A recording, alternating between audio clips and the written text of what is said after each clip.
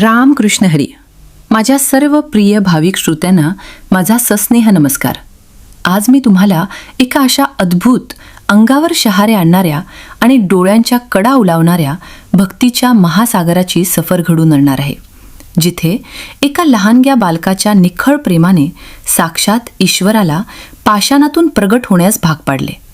आजच्या या प्रवचनात आपण भगवान श्री विष्णूंचे परमभक्त प्रल्हाद आणि त्यांच्या रक्षणासाठी भगवंतांनी घेतलेला रौद्र आणि तितकाच वात्सल्यपूर्ण श्री नृसिंह अवतार यांची सविस्तर कथा ऐकणार आहोत.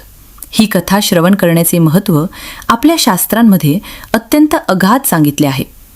जो कोणी भाविक ही भक्त प्रल्हाद आणि नृसिंह अवताराची पावन कथा सुरुवातीपासून शेवटपर्यंत एकाग्र चित्ताने श्रवण करेल, त्याच्या जीवनातील सर्व संकटे, भीती आणि नकारात्मक विचार जळून खाक होतील. तसेच साक्षात श्रीहरीची कृपा सदैव त्याच्या पाठीशी राहील. त्यामुळे ही कथा मध्येच न सोडता अगदी शेवटपर्यंत शांत चित्ताने ऐका, कारण हा भक्तिरस तुमच्या आयुष्यात एक नवी ऊर्जा नक्कीच निर्माण करेल. आपल्या भारतीय संस्कृतीत भक्तीला अनन्यसाधारण महत्त्व आहे. जेव्हा जेव्हा जगात अहंकाराचा आणि अधर्माचा अंधार दाटून येतो, तेव्हा ईश्वरी शक्ती कोणत्या ना कोणत्या रूपाने प्रगट होतेच. आपण नेहमी पाहतो की लहान मुले निरागस असतात. त्यांच्या मनात कोणतीही कपट कारस्थाने नसतात. याच निरागसतेचे आणि निस्सीम भक्तीचे मूर्तिमंत उदाहरण म्हणजे भक्त प्रल्हाद. प्रल्हादाची ही कथा केवळ एक पौराणिक आख्यायिका नाही, तर तो मानवी जीवनाचा एक अत्यंत सुंदर आणि बोधप्रद आरसा आहे. चला तर मग आपल्या मनाला एकाग्र करूया आणि या भक्तीच्या आणि ज्ञानाच्या अथांग प्रवाहात स्वतःला झोकून देऊया. कथेची सुरुवात होते ती अत्यंत प्राचीन काळापासून. महर्षी कश्यप आणि त्यांची पत्नी दिती यांना दोन अत्यंत पराक्रमी परंतु स्वभावाने अत्यंत क्रूर असे पुत्र प्राप्त झाले होते. त्यांची नावे होती हिरण्याक्ष आणि हिरण्यकश्यपू. हे दोघेही मुळात भगवान विष्णूंचे वैकुंठातील द्वारपाल होते. त्यांची नावे जय आणि विजय अशी होती. परंतु एका शापामुळे त्यांना वैकुंठ सोडावे लागले आणि पृथ्वीवर असुर योनीत जन्म घ्यावा लागला. हे दोघेही भाऊ अत्यंत बलदंड होते. त्यांच्या मनात ईश्वराविषयी आणि विशेषतः भगवान विष्णूंविषयी प्रचंड द्वेष भरलेला होता. यातील जो धाकटा भाऊ होता हिरण्याक्ष, त्याने एकदा संपूर्ण पृथ्वीला पळवून नेले आणि खोल पाताळात समुद्राच्या तळाशी लपून ठेवले. तेव्हा पृथ्वीवरील सर्व जीवसृष्टी वाचवण्यासाठी भगवान विष्णूंनी वराह अवतार धारण केला. श्रीहरींनी वराहाचे रूप घेऊन पाताळात प्रवेश केला. हिरण्याक्षाचा अत्यंत भीषण युद्धात वध केला आणि आपल्या सुळ्यांवर पृथ्वीला उचलून तिला पुन्हा तिच्या जागी प्रस्थापित केले.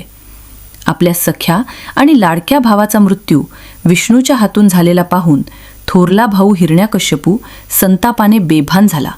त्याच्या रागाचा भडका उडाला. त्याचे डोळे लालबुंद झाले आणि त्याने प्रतिज्ञा केली की कोणत्याही परिस्थितीत या विष्णूला संपवायचे आणि तिन्ही लोकांवर आपले स्वतःचे एकछत्री राज्य निर्माण करायचे. पण त्याला हेही ठाऊक होते की देवांचा पराभव करण्यासाठी आणि स्वतःला अजिंक्य बनवण्यासाठी त्याला कठोर तपश्चर्या करून काहीतरी अलौकिक शक्ती मिळवणे आवश्यक आहे.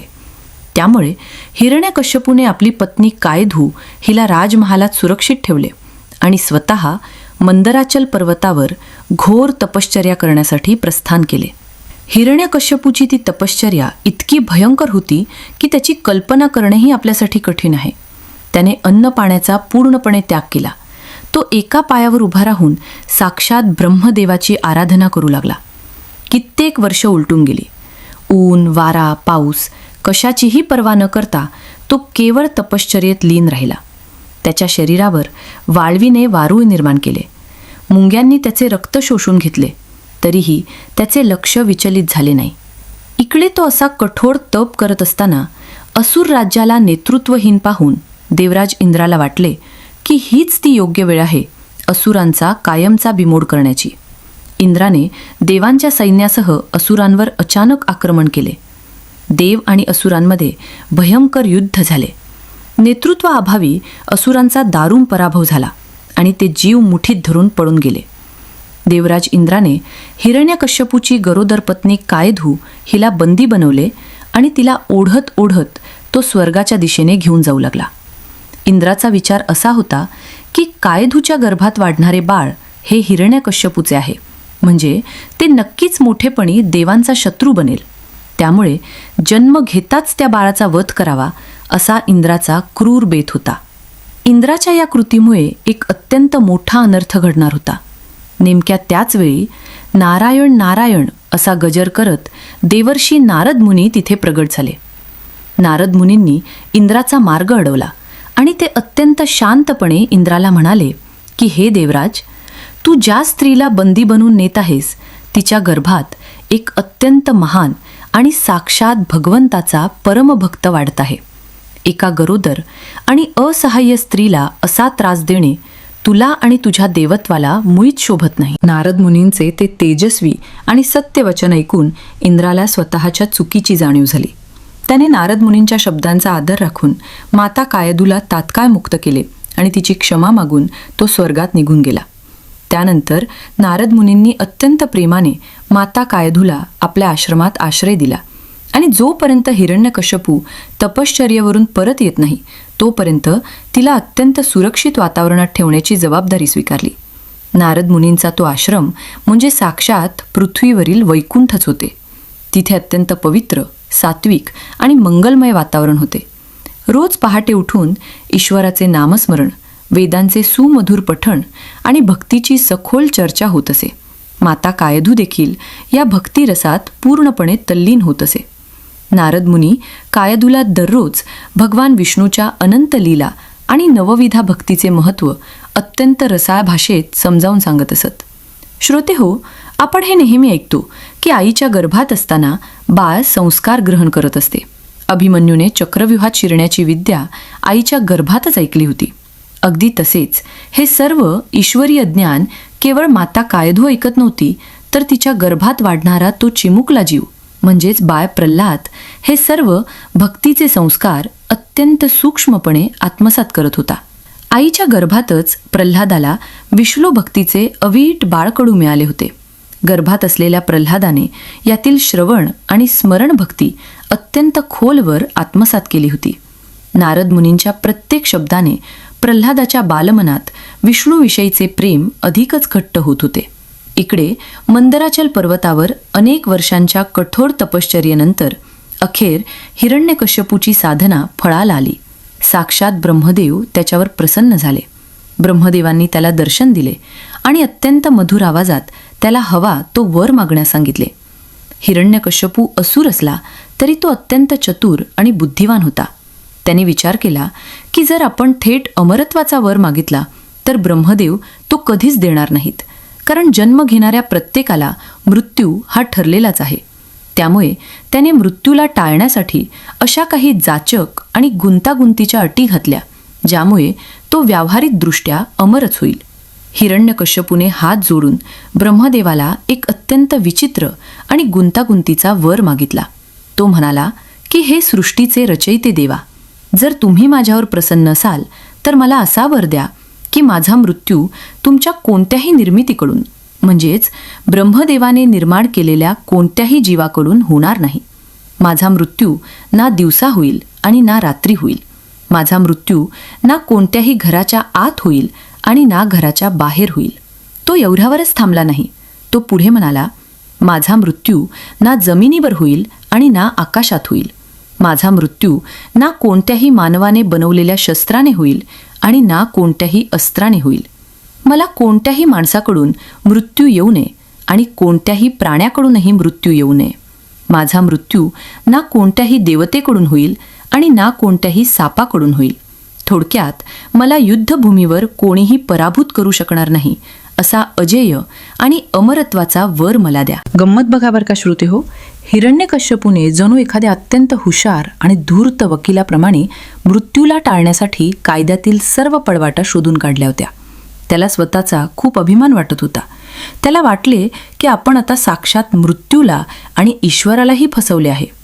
ब्रह्मदेवानं त्याच्या सर्व अटी ऐकून घेतल्या आणि हसून तथास्तु म्हटले.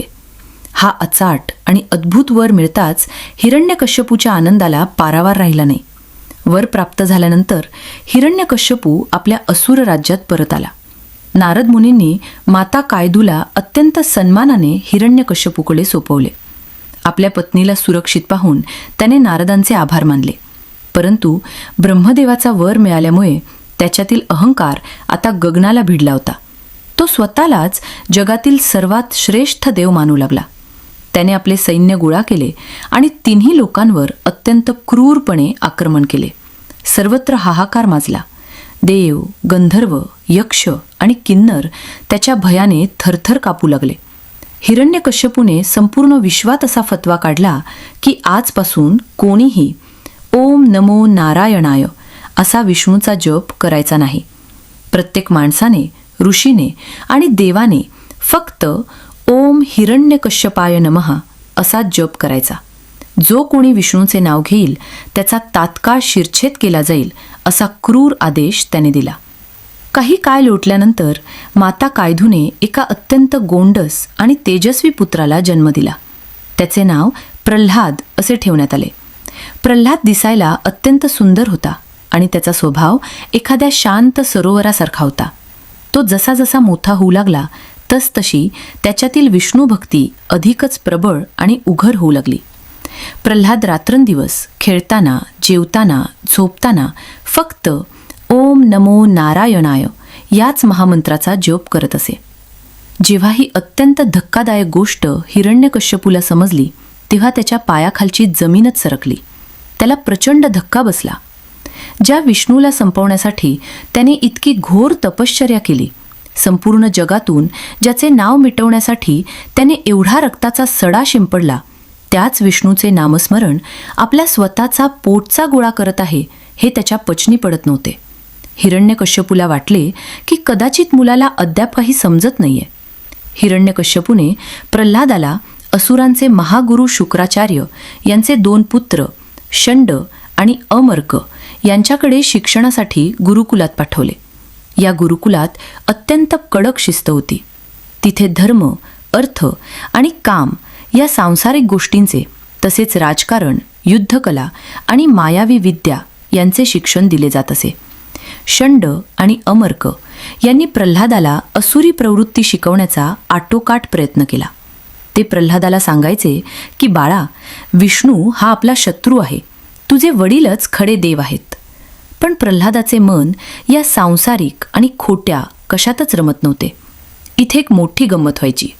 जेव्हा षंड आणि अमर्क वर्गात नसतील किंवा विश्रांती घेत असतील तेव्हा प्रल्हाद आपला अभ्यास बाजूला ठेवून इतर सर्व असुर बालकांना एका वर्तुळात एकत्र बसवत असे आणि तिथे तो त्यांना राजकारणाचे नाही तर साक्षात भगवान विष्णूच्या भक्तीचे धडे देत असे.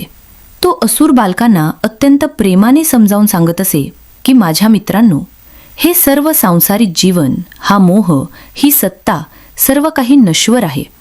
आज आहे, उद्या नाही. आपण या खोट्या मायाजालात अडकून आपले अमूल्य आयुष्य वाया घालवत आहोत. खरी शांती आणि खरा आनंद केवळ श्रीहरीच्या चरणी आणि त्यांच्या भक्तीतच मिळू शकतो. त्यामुळे माझ्यासोबत तुम्ही सुद्धा म्हणा, रामकृष्ण हरी, ओम नमो नारायणाय. प्रल्हादाच्या या मधुर आणि सात्विक शिकवणुकीमुळे इतर असुर बालकेही मंत्रमुग्ध होऊन टाळ्या वाजवून विष्णूचे भजन करू लागली. जेव्हा षंड आणि अमर्क यांना हे दृश्य दिसले तेव्हा त्यांनी कपाळावर हात मारून घेतला. त्यांना प्रचंड घाम फुटला. त्यांना भीती होती की जर राजाला हे समजले की गुरुकुलात असुर बालके विष्णूचे भजन करत आहेत तर आपला कडेलोट नक्की होईल. त्यांनी प्रल्हादाला खूप समजावले, दमदाटी केली, पण प्रल्हाद आपल्या भक्तीवर अढळ होता. अखेर हार मानून षंड आणि अमर्क यांनी प्रल्हादाला पुन्हा हिरण्यकश्यपूच्या भव्य दरबारात आणून उभे केले. हिरण्यकश्यपू अत्यंत थाटात आपल्या सिंहासनावर बसला होता. त्याने अत्यंत प्रेमाने आपला मुलगा प्रल्हाद याला जवळ गुलावले. त्याला आपल्या मांडीवर बसवले आणि अत्यंत लाडाने विचारले, माझ्या शूर बाळा, सांग पाहू, तू गुरुकुलात गेल्यावर इतक्या दिवसात सर्वात चांगली गोष्ट कोणती शिकलास? प्रल्हादाने अत्यंत शांतपणे, नम्रपणे पण तितक्याच ठाम आवाजात उत्तर दिले. तो म्हणाला, पिताश्री, या नश्वर जगातील राजकारणापेक्षा, सत्तेपेक्षा आणि संपत्तीपेक्षा नवविधा भक्ती आणि भगवान श्रीहरीचे नामस्मरण हीच जगात सर्वात श्रेष्ठ गोष्ट आहे, हे मी शिकलो. जो माणूस आपल्या अहंकाराचा त्याग करून भगवान विष्णूंना शरण जातो, त्याचेच जीवन खऱ्या अर्थाने सार्थक होते. हे ऐकताच दरबारात एकदम स्मशान शांतता पसरली. हिरण्यकश्यपूच्या रागाचा भडका उडाला.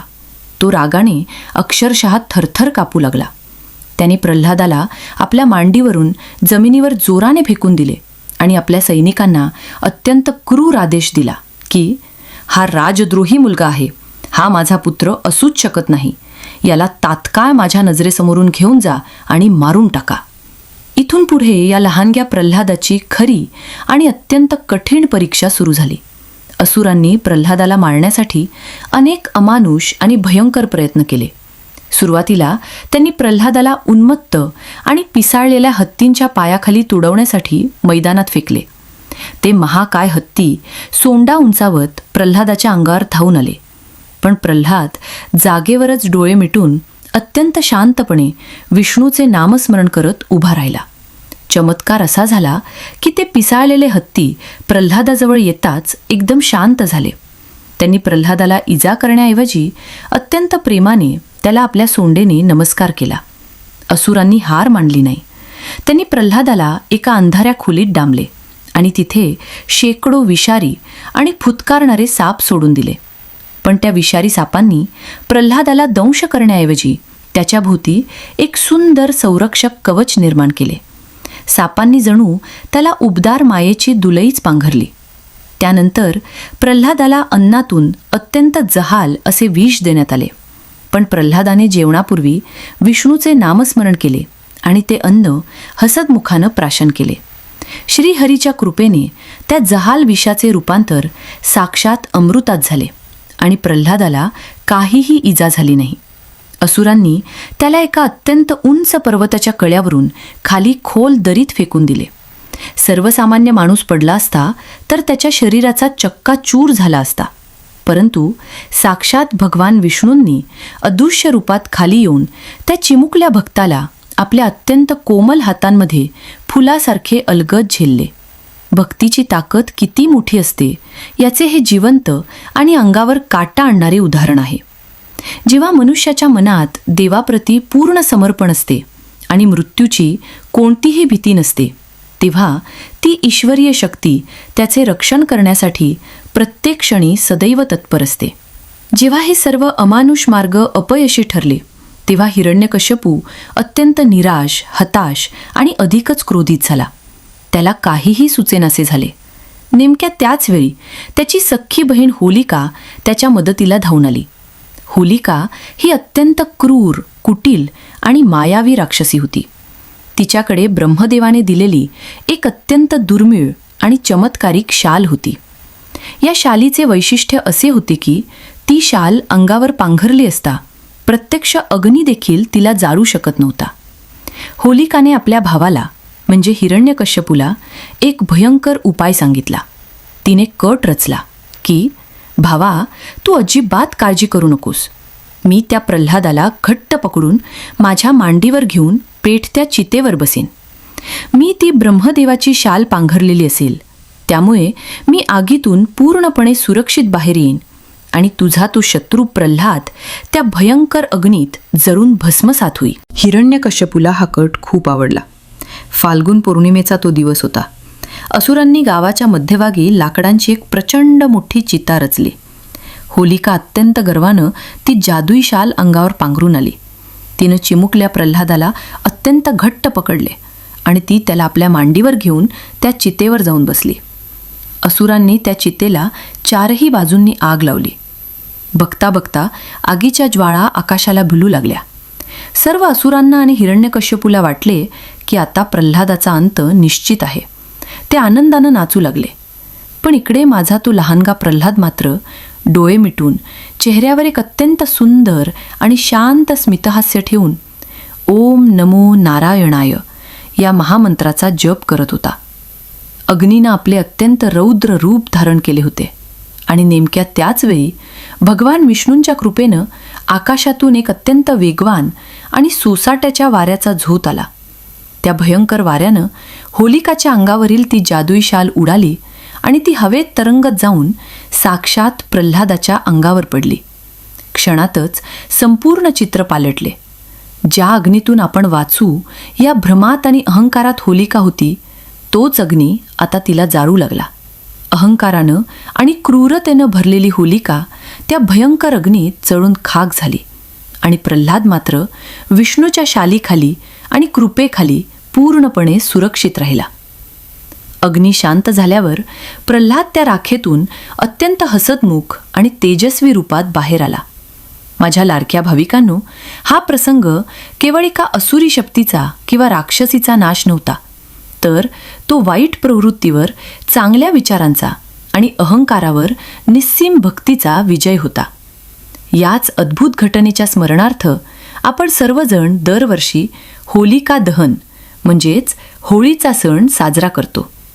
होळीची पूजा करून त्या अग्नीत आपल्या आतील वाईट विचार, रोगराई, द्वेष आणि भीती नष्ट व्हावी अशी आपण मनोभावे प्रार्थना करतो. होलिका जळून खाक झाली आणि प्रल्हाद सुरक्षित वाचला ही अत्यंत धक्कादायक बातमी जेव्हा हिरण्यकश्यपूच्या कानावर पडली, तेव्हा त्याच्या रागाचा आणि संतापाचा अक्षरशः स्फोट झाला.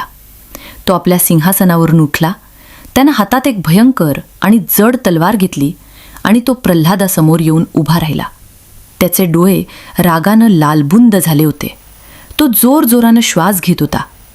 त्यानं अत्यंत क्रूर आवाजात प्रल्हादाला विचारले, "अरे नीचा, अरे मूर्खा, तू ज्याच्या बळावर माझ्याशी इतका बंड करत आहेस, जो तुला प्रत्येक वेळी वाचवतोय, तो तुझा देव आहे तरी कुठे? मला दाखव त्याला. कुठे लपून बसलाय तो?"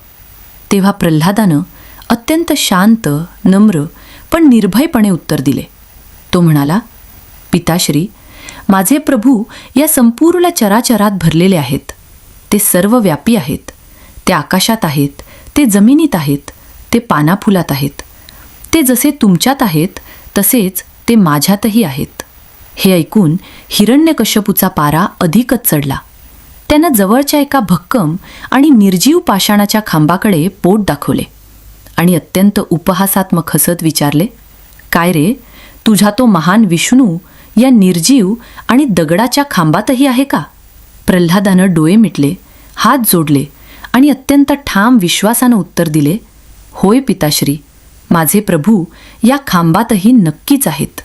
मला ते तिथे स्पष्ट दिसत आहेत." हे ऐकताच संतापाच्या भरात हिरण्यकश्यपूनं आपल्या हातातील ती भयंकर गदा त्या दगडाच्या स्तंभावर अत्यंत जोरानं प्रहार केली. गदेचा प्रहार होताच एक असा काही अत्यंत कानठळ्या बसवणारा आणि भयावह आवाज झाला की संपूर्ण महाल हादरून गेला. जणू आकाशातून वीजच कोसळली असावी. तो कडक पाषाणाचा स्तंभ दुभंगला आणि त्यातून एक अत्यंत अद्भुत, विराट आणि रौद्र रूप प्रगट झाले. हे रूप ना पूर्णपणे माणसाचे होते, ना पूर्णपणे प्राण्याचे होते. त्यांचे मस्तक आणि चेहरा एका भयानक सिंहाचा होता, ज्याचे डोळे अग्नीसारखे धगधगत होते. त्यांची आयाळ विखुरलेली होती, तर धड आणि शरीर एका बलदंड आणि स्नायूयुक्त मानवाचे होते. हे होते साक्षात भगवान विष्णूंचे श्री नृसिंह, नर आणि सिंह यांचे संमिश्र अवतार रूप. नृसिंहदेवाचे ते अक्राळ विक्राळ आणि रौद्र रूप पाहून सर्व असुरांची गाळण उडाली. नृसिंहदेवाने एक भयंकर गर्जना केली, ज्यामुळे तिन्ही लोक हादरून गेले. समुद्र खवळले आणि पर्वत थरथर कापू लागले. हिरण्यकश्यपूने देखील आपले अस्त्र उगारून आपल्या सर्व शक्तीनिशी नृसिंहदेवावर आक्रमण केले. पण ईश्वरी शक्तीसमोर मानवी अहंकाराचे आणि असुरी शक्तीचे काय चालणार? नृसिंहदेवाने त्याला एखाद्या लहानशा खेळण्यासारखे उचलले आणि महालाच्या दाराकडे नेले. आता इथे सर्वात महत्त्वाची आणि कुतूहलाची गोष्ट म्हणजे भगवान विष्णूंनी हिरण्यकश्यपूच्या त्या गुंतागुंतीच्या आणि जाचक अटी आणि शर्ती कशा पूर्ण केल्या हे पाहणे अत्यंत रंजक आहे. ईश्वराची बुद्धी किती अफाट असते हे यातून सिद्ध होते. पहिली अट होती की दिवसा मृत्यू होणार नाही आणि रात्रीही नाही. म्हणूनच नृसिंहदेवाने त्याला नेमक्या संध्याकाळच्या वेळी म्हणजे गोधुली वेळेत पकडले, जेव्हा दिवस मावळत होता आणि रात्र पूर्णपणे झाली नव्हती. दुसरी अट होती की घराच्या आत मरणार नाही आणि बाहेरही नाही. म्हणूनच नृसिंहदेवाने त्याला महालाच्या उंबरठ्यावर आणले, जो भाग ना पूर्णपणे आत असतो ना पूर्णपणे बाहेर. तिसरी अट होती की मृत्यू जमिनीवर होणार नाही आणि आकाशातही नाही. म्हणूनच नृसिंहदेवाने त्याला जमिनीवर न ठेवता स्वतःच्या मांडीवर आडवे झोपवले. चौथी अट होती की कोणत्याही मानवाकडून किंवा प्राण्याकडून मृत्यू होणार नाही.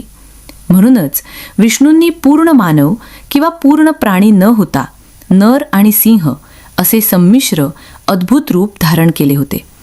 आणि सर्वात शेवटची आणि अत्यंत महत्त्वाची अट होती की कोणत्याही शस्त्राने किंवा अस्त्राने मृत्यू होणार नाही.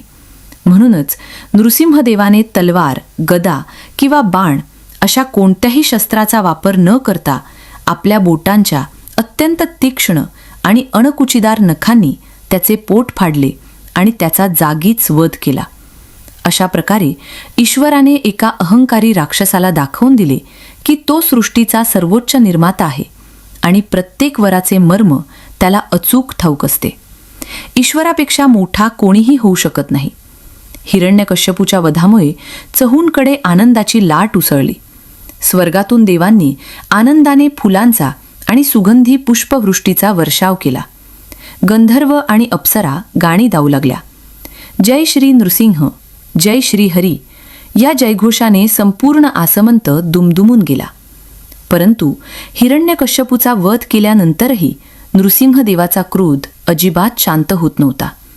त्यांचे ते धगधगते रौद्ररूप, रक्ताने माखलेली नखे आणि रागाने लाल झालेले डोळे पाहून प्रत्यक्ष देवराज इंद्र, शिवशंकर आणि साक्षात ब्रह्मदेवही त्यांच्याजवळ जाण्यास आणि त्यांना शांत करण्यास घाबरत होते.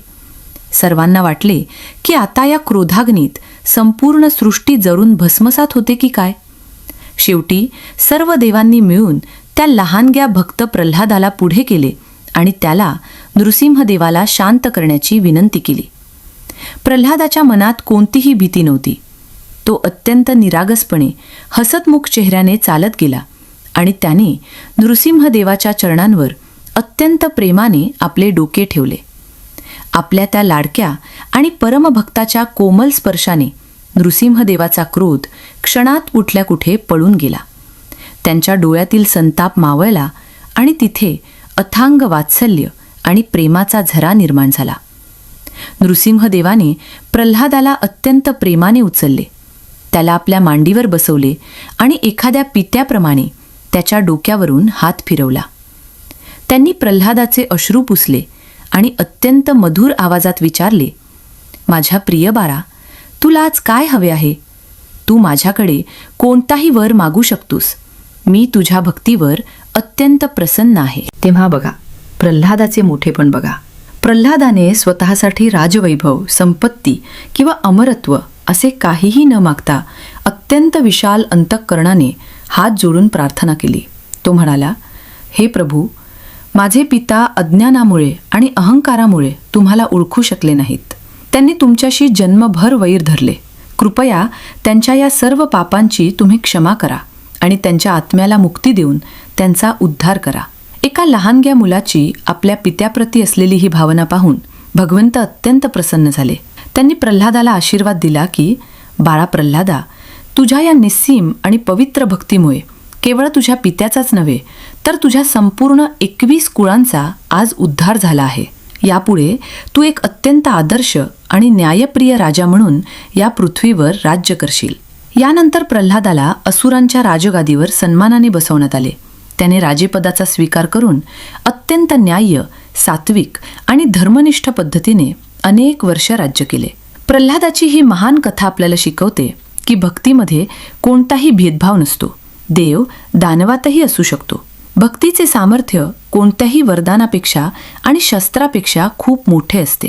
संत तुकाराम महाराजांनीही आपल्या अभंगांमधून भक्त प्रल्हादाच्या याच भक्तीचा अत्यंत सुंदर आणि रसाळ शब्दात गौरव केला आहे. माझ्या प्रिय भाविक आणि रसिक श्रोत्यांनो, भक्त प्रल्हाद आणि होलिका दहन ही कथा केवळ एक ऐकण्यापुरती पौराणिक आख्यायिका नाही, तर तो मानवी जीवनाला योग्य दिशा देणारा एक अत्यंत सुंदर मार्गदर्शक आहे.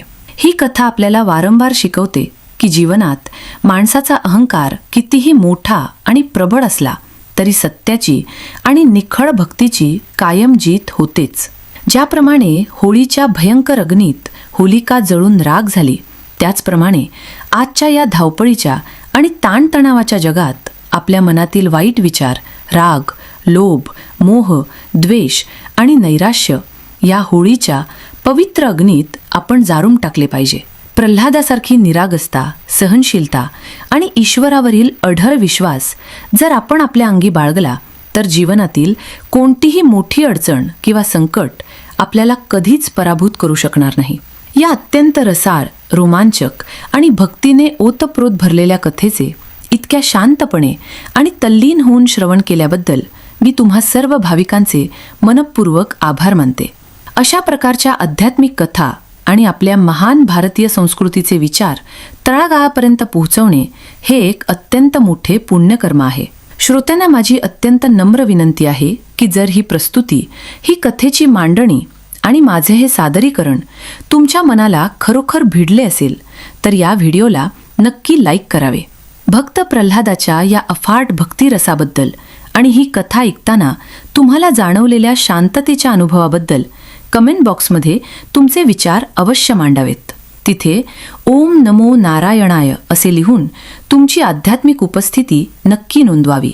हा भक्तीचा आणि ज्ञानाचा पवित्र प्रवाह इथून पुढेही असाच अखंड चालू ठेवण्यासाठी हा व्हिडिओ तुमच्या सर्व मित्रपरिवारासोबत, नातेवाईकांसोबत आणि व्हॉट्सॲप ग्रुप्सवर जास्तीत जास्त शेअर करावा. आणि सर्वात महत्त्वाचे म्हणजे अशाच नवनवीन, अभ्यासपूर्ण, मनाला शांती देणाऱ्या आणि आध्यात्मिक ज्ञान वाढवणाऱ्या कथा नियमितपणे ऐकण्यासाठी या चॅनलला नक्की सबस्क्राईब करावे. पुन्हा भेटूया अशाच एका सुंदर आणि भक्तिपूर्ण कथेसोबत. तोपर्यंत सर्वांना खूप खूप धन्यवाद. जय श्री नृसिंह, जय भक्त प्रल्हाद, राम कृष्ण हरी.